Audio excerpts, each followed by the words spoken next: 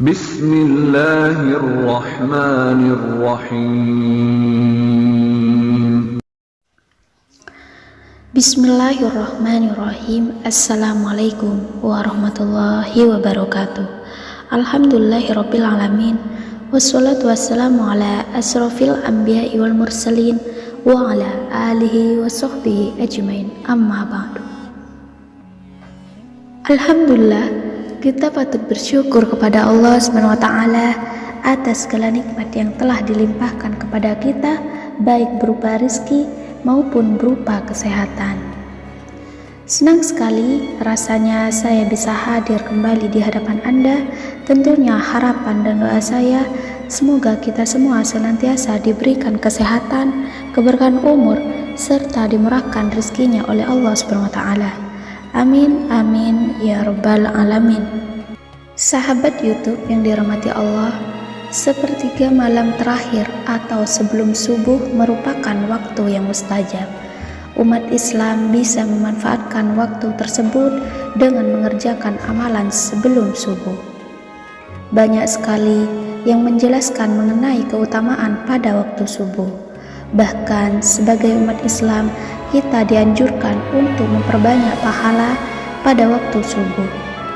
Amalan sebelum subuh, adapun beberapa amalan sebelum subuh yang dapat dilakukan oleh umat Islam, di antara mendirikan sholat tahajud, sholat witir, dan sholat qobliyah subuh. Berikut penjelasan selengkapnya. Yang pertama, sholat tahajud. Dalam kitab Fathul Mu'in karya Syekh Zainuddin bin Abdul Aziz Al-Malibari yang diterjemahkan oleh Bahruddin Fuad, turut disebutkan hadis mengenai anjuran mendirikan sholat tahajud. Rasulullah SAW bersabda, "Wahai kalian manusia, sebarkanlah salam, berilah makanan, sambunglah tali persaudaraan, dan sholatlah ketika manusia terlelap tidur pada waktu malam. Niscaya engkau akan masuk surga dengan selamat." Hadis riwayat Ibnu Majah. Selain itu, dalam kitab Sahih Muslim turut disebutkan, sholat tahajud adalah sholat yang paling utama setelah sholat wajib. Rasulullah SAW bersabda, sholat yang paling utama setelah sholat wajib adalah sholat yang dilakukan di malam hari. Hadis riwayat Muslim. Dan yang kedua, sholat witir. Amalan yang selanjutnya ialah melaksanakan sholat witir, di mana sholat ini merupakan sholat sunnah yang memiliki rakaat ganjil. Sholat ini dilakukan setelah melakukan sholat pada waktu malam yang lain, misalnya tahajud atau tarawih. Hal tersebut juga didasarkan dengan hadis Rasulullah SAW yang diriwayatkan oleh Ibnu Umar radhiyallahu anhu. Sholat witir itu 1 rakaat di akhir malam. Hadis riwayat Muslim. Dan yang ketiga, sholat qobliyah subuh.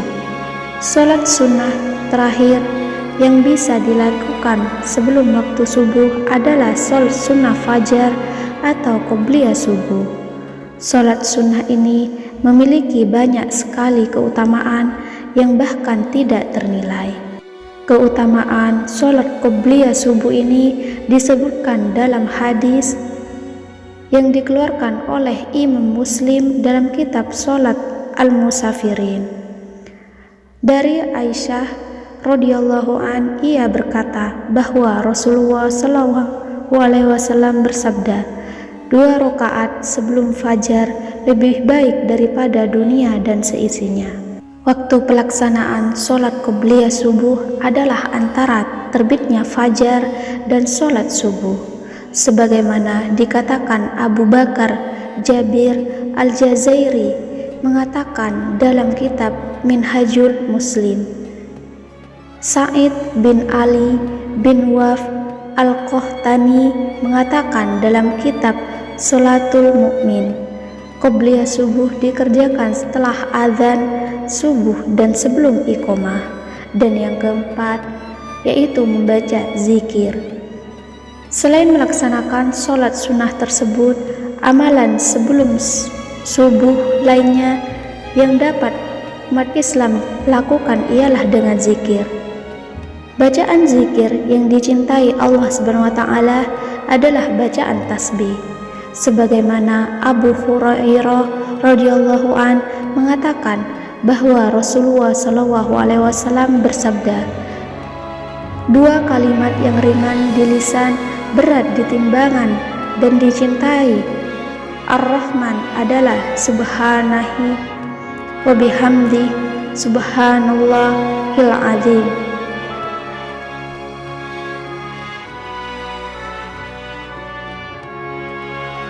Hadis riwayat Bukhari dan Muslim.